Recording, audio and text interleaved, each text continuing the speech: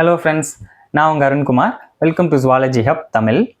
நம்ம லாஸ்ட் வீடியோவில் வந்து ஃபைலம் புரோட்டோசோவாவோட ஜென்ரல் கேரக்டரிஸ்டிக்ஸ் பார்த்தோம். இந்த வீடியோவில் அதோட கிளாசிஃபிகேஷன் பார்க்க போகிறோம். ஃபைலமை வந்து நம்ம கிளாஸஸாக பிரிச்சிருக்கோம். அது மாதிரி இந்த ஃபைலம் புரோட்டோசோவாவை வந்து 4 கிளாஸாக பிரிச்சிருக்கோம். சார்கோடினா, மாஸ்டிகோபோரா, ஸ்போரோசோவா, சிலியோபோரா அப்படின்னு சொல்லி 4 கிளாஸாக பிரிச்சிருக்கோம். எதன் அடிப்படையில் இந்த 4 கிளாஸ் அப்படின்னு கேட்டிங்கன்னா, அதோட நகர்றதுக்கு பயன்படுத்தக்கூடிய இந்த லோகோமோட்டரி ஆர்கனல்ஸ் இருக்கு தெரியுமா, அதன் அடிப்படையில தான் இந்த 4 கிளாஸ். அதோட ஸ்ட்ரக்சரு, அது எந்த மாதிரி நகருது அப்படிங்கிறது அடிப்படையில தான் இந்த உயிரினங்களை வந்து 4ஆ பிரிச்சிருக்கோம். ஃபர்ஸ்ட் வந்து நம்ம சார்கோடினா பத்தி பார்த்துருவோம். சார்கோடினா அதை வந்து ரைசோபோடா அப்படின்னு சொல்லுவோம். சார்கோடினாங்கிறது நியூவர் நேம், ரைசோபோடாங்கிறது வந்து பழைய பேர். முன்னாடி அந்த ஆர்கானிசம் இப்படி கூப்பிட்டாங்க, இப்போ சார்கோடினான்னு கூப்பிடுறாங்க. என்ன இந்த வார்த்தைகள்லாம் வித்தியாசமா இருக்கே, இதுக்கு என்ன அர்த்தம் அப்படின்னு சொல்லி நம்ம பார்ப்போம். இது வந்து கிரீக் டேம்ல இருந்து வந்தது. சார்கோஸ் அப்படின்னா ஃபிளஷ்னு அர்த்தம், டீனா டைன்னா அப்பியரன்ஸ்னு அர்த்தம். அப்படின்னா சதை போன்ற அமைப்புல வந்து இந்த உயிரினங்கள் இருக்கும். வெறும் சதை வந்து ஒரு இடத்துல இருந்ததுன்னா அது எப்படி இருக்கும், அந்த மாதிரியான அமைப்புல தான் இந்த சார்கோடினால இருக்கிற இந்த உயிரினங்கள்லாம் இருக்கும். அப்புறம் இதுக்கே ரைசோபோடா அப்படிங்கிற பேர் அப்படின்னா, அது நகரும் பொழுது அது உடம்புல இருந்து ஏற்படுது இல்லை அந்த ஃபால்ஸ் ஃபுட் சூடோபோடியா, அது வந்து ரூட் லைக் ஸ்ட்ரக்சர்ல இருக்கும், ஒரு வேர் போன்ற அமைப்புல இருக்கும். அதனால வந்து இதை வந்து நம்ம ரைசோபோடான்னு முன்னாடி கூப்பிட்டுருக்கோம். இப்போ வந்து இதை சார்கோடினா அப்படின்னு சொல்லி கூப்பிடுறோம். இதோட ஜென்ரல் கேரக்டரிஸ்டிக்ஸ் என்னன்னா, இது வந்து சூடோபோடியா அப்படிங்கிற ஒரு போலி கால்கள் மூலியமா நகரக்கூடியது. அதுக்கப்புறம் அந்த மூமெண்ட்டை வந்து நம்ம என்னன்னு சொல்லுவோம்னா அமீபாய்டு மூவ்மெண்ட் அப்படின்னு சொல்லி சொல்லுவோம். அதோட பாடி வந்து ஒரே ஷேப்ல இருக்காது, மாறிக்கிட்டே இருக்கும். அடுத்தது வந்து அது ஃபுட்டை எப்படி கேப்சர் பண்ணும் அப்படின்னா, பாகோசைட்டோசிஸ் அப்படிங்கிற ஒரு ப்ராசஸ் மூலியமா கேப்சர் பண்ணும். இதை நான் சொல்றேன் என்னன்னு. எக்ஸாம்பிள் வந்து அமீபா, என்டமீபா. அதுக்கப்புறம் இதோட ரெஸ்பிரேஷன் அண்ட் எக்ஸ்கிரீஷன் எப்படி நடக்கும் அப்படின்னா, சிம்பிள் டிஃப்யூஷன் ப்ராசஸ் மூலியமா நடக்கும். இப்போ வந்து நான் இந்த ஏரியாவில் வந்து உங்களுக்கு அந்த அமீபாயோட மூமெண்ட்டை வந்து காட்டுறேன். இப்போ இங்கே வந்து பிளே ஆகும், அதை பாருங்க. பார்க்கும்பொழுது உங்களுக்கு நான் இப்போ வந்து இதை சொல்லும்போது அது வந்து ஈஸியாக புரியும். என்னன்னா, இந்த சூடோபோடியா அப்படிங்கிறது அந்த ப்ரொஜெக்ஷன், அது மூவ்மெண்ட் ஆகையில அப்படியே ஒவ்வொரு டைமும் மாறிக்கிட்டே இருக்கு பாருங்க. அந்த மாதிரியான ஒரு அமைப்பை தான் வந்து சூடோபோடியான்னு சொல்லுவோம். ஏன் இதை வந்து ஷேப் வந்து மாறிக்கிட்டே இருக்குன்னு சொல்றோம்னா, இப்போ மாறிட்டே இருக்கு பார்த்தீங்களா, அதனாலதான் இதை வந்து ஷேப் வந்து ஃபிக்ஸ்டா இருக்காது, மாறிட்டே இருக்குன்னு சொல்லுவோம். அந்த மாறுற அந்த அமைப்பை தான் வந்து நம்ம சூடோபோடியா அப்படின்னு சொல்லி சொல்றோம். அப்படி மாறும் பொழுதுதான் அது வந்து மூவ்மெண்ட் ஆகும். ஸோ அதை வந்து லோகோமோட்டரி ஆர்கனல்னு சொல்றோம். அதன் அடிப்படையில தான் இது எல்லாத்தையும் சார்கோடினாங்கிற கிளாஸ்ல வந்து நம்ம வைக்கிறோம். பிளஸ் இந்த பாகோசைட்டோசிஸ்ன்னு சொல்லியிருக்கேன் பாத்தீங்களா, அதுவும் இந்த மூவ்மெண்ட் மூலியமா தான் நடக்கும். இப்போ எப்படின்னா, ஒரு ஃபுட் பார்ட்டிகள் இங்க இருக்குன்னு வைங்க, அது இந்த மாதிரி சூடோபோடியாவை ப்ரொஜெக்ட் பண்ணிக்கிட்டே வருது. வந்து அந்த ஃபுட் பார்ட்டிகளை இப்படி ஃபுல்லா கவர் பண்ணிடும். கவர் பண்ணி முடிச்சதுக்கு அப்புறமா அது வந்து ஃபியூஸ் ஆகிடும், ஒன்னா சேர்ந்துரும். அப்ப நடுவுல இருக்கிற அந்த ஃபுட் பார்ட்டிகளை சுத்தி ஒரு சின்ன ஒரு வேக்கோல் வந்து ஃபார்ம் ஆயிடும். அதை தான் ஃபுட் வேக்கோல்னு சொல்றோம். அதில் டைஜஸ்டிவ் என்சைம்ஸ் எல்லாம் உள்ள ஊற்றி அதுக்கப்புறம் அந்த ஃபுட்டை வந்து டைஜஸ்ட் பண்ணும். இந்த மாதிரியான சாப்பிட்ற அமைப்புக்கு பேர் தான் பாகோசைட்டோசிஸ். அதாவது ஒரு ஃபுட் பார்ட்டிகள் அதை ஃபுல்லாக கவர் பண்ணி ஜாயின் ஆகிக்கும், உள்ளுக்குள்ள ஃபுட் மாட்டிக்கும்.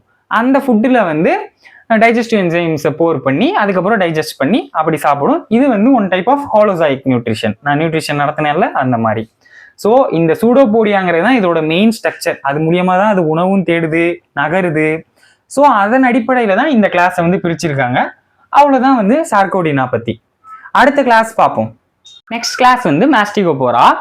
இதை வந்து நம்ம ஃபிளாஜெல்லெட்டா அப்படின்னு சொல்லுவோம்.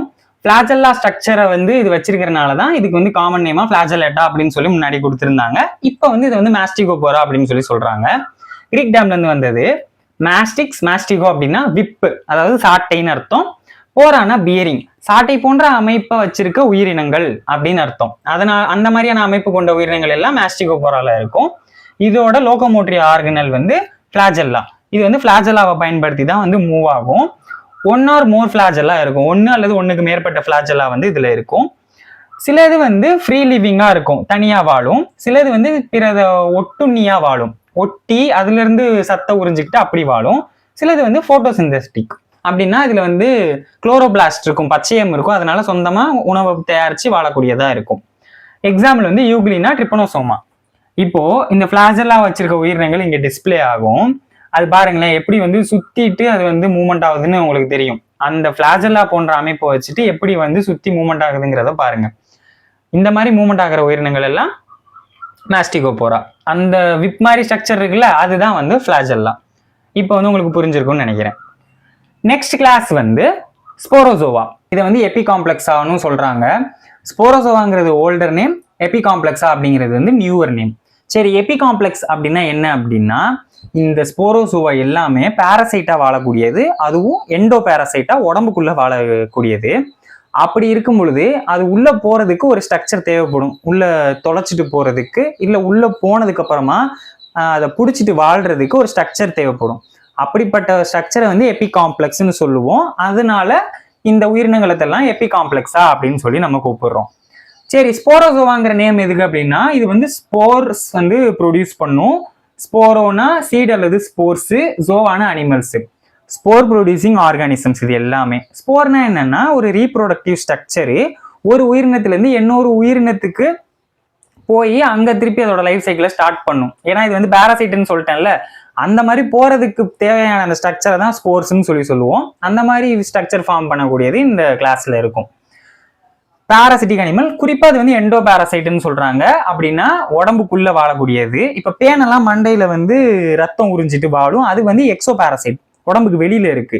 இதெல்லாம் வந்து எண்டோ பாராசைட், உடம்புக்குள்ள குடல்ல இந்த மாதிரி உடம்புக்குள்ள வாழ்றக்கூடியது வந்து எண்டோ பாராசைட் அப்படின்னு சொல்லுவோம்.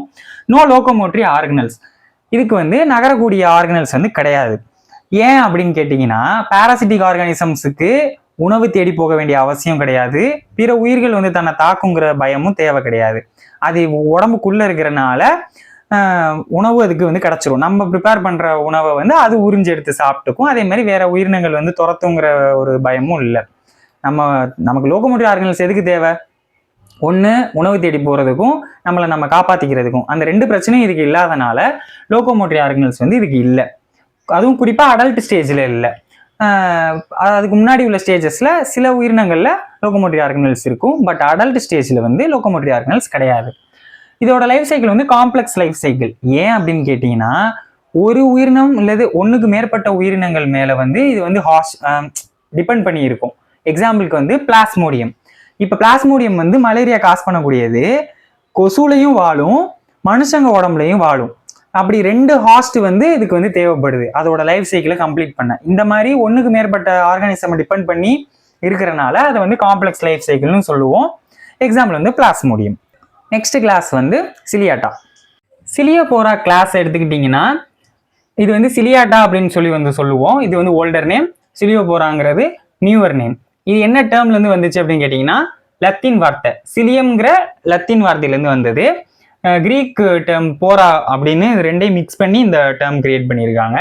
சிலியம் அப்படின்னா என்னன்னா ஐலாஷ்னு அர்த்தம், இல்லை சிறிய முடிகள்னு அர்த்தம். இந்த சிலியா அப்படிங்கிறது சிறிய முடி போன்ற அமைப்பா இருக்கும். அந்த மாதிரியான ஆர்கானிசமை வந்து நம்ம சிலியாட்டா அல்லது சிலியோபோரா அப்படின்னு வந்து சொல்றோம். இது வந்து எதுக்கு யூஸ் ஆகும் அப்படின்னா மூவ்மெண்ட்டுக்கு. இந்த சிலியாங்கிற அமைப்பை வச்சுதான் இந்த உயிரினங்கள்லாம் வந்து மூவ் ஆகுது. அதுக்கப்புறம் அது பாடி ஃபுல்லாவே இந்த சிலியா வந்து கவர் ஆயிருக்கும், உடம்பு ஃபுல்லா வந்து கவர் ஆயிருக்கும். இதை வந்து மோஸ்ட் அட்வான்ஸ்டு புரோட்டோசோன்ஸ் அப்படின்னு சொல்லி சொல்றோம். ஏன்னா அதோட ஸ்ட்ரக்சர்ஸ்லாம் கொஞ்சம் டிஃப்ரெண்டா இருக்கும். ஃபார் எக்ஸாம்பிள், இதுல வந்து ரெண்டு நியூக்ளியஸ் இருக்கும், மேக்ரோ நியூக்ளியஸ், மைக்ரோ நியூக்ளியஸ்னு ரெண்டு நியூக்ளியஸ் இருக்கும். மேக்ரோ நியூக்ளியஸ் வந்து டே டு டே ஃபங்க்ஷன்ஸ், சாப்பிட்றது, மெட்டபாலிசம், அதெல்லாம் வந்து பார்த்துக்கும். மைக்ரோ நியூக்ளியஸ் வந்து ஜெனட்டிக்ஸ், அது வந்து இன்ஹெரிட் ஆகிறது, இந்த ரீப்ரொடக்ஷன், இதெல்லாம் வந்து இந்த மைக்ரோ நியூக்ளியஸ் வந்து பார்த்துக்கும். எக்ஸாம்பிள் வந்து பாராமிஷியம். இப்போ வந்து அந்த சிலியா ஸ்ட்ரக்சர் வந்து இங்க வந்து டிஸ்பிளே ஆகும். அது எப்படி மூவ்மெண்ட் ஆகுதுன்னு பாருங்க. இந்த மாதிரி தான் அந்த வேவி மூவ்மெண்ட்ஸ் மூலியமா அது வந்து மூவ் ஆகுது. இந்த மாதிரி சிலியா போன்ற அமைப்புகள் வச்சிருக்கிறது சிலியாட்டா கிளாஸ்ல வரும். ஸோ உங்களுக்கு எல்லாம் புரிஞ்சிருக்கும்னு நினைக்கிறேன். இமேஜஸும் காமிச்சிருக்கேன். ஃபிளாஜெல்லா எப்படி மூவ் ஆகுது, சூடோபோடியா எப்படி மூவ் ஆகுது, சிலியா எப்படி மூவ் ஆகுதுன்னு. ஸோ லோகோமோட்டரி ஆர்கனல்ஸை பேஸா வச்சுதான் இந்த கிளாசிஃபிகேஷனு. 3 கிளாஸுக்கு வந்து லோகோமோட்டரி ஆர்கனல்ஸ் இருக்கும், ஒரு கிளாஸ்க்கு வந்து இருக்காது. ஏன்னா அது வந்து எண்டோ பாராசைட். புரிஞ்சிருக்கும்னு நினைக்கிறேன். தேங்க்ஸ் ஃபார் வாட்சிங்.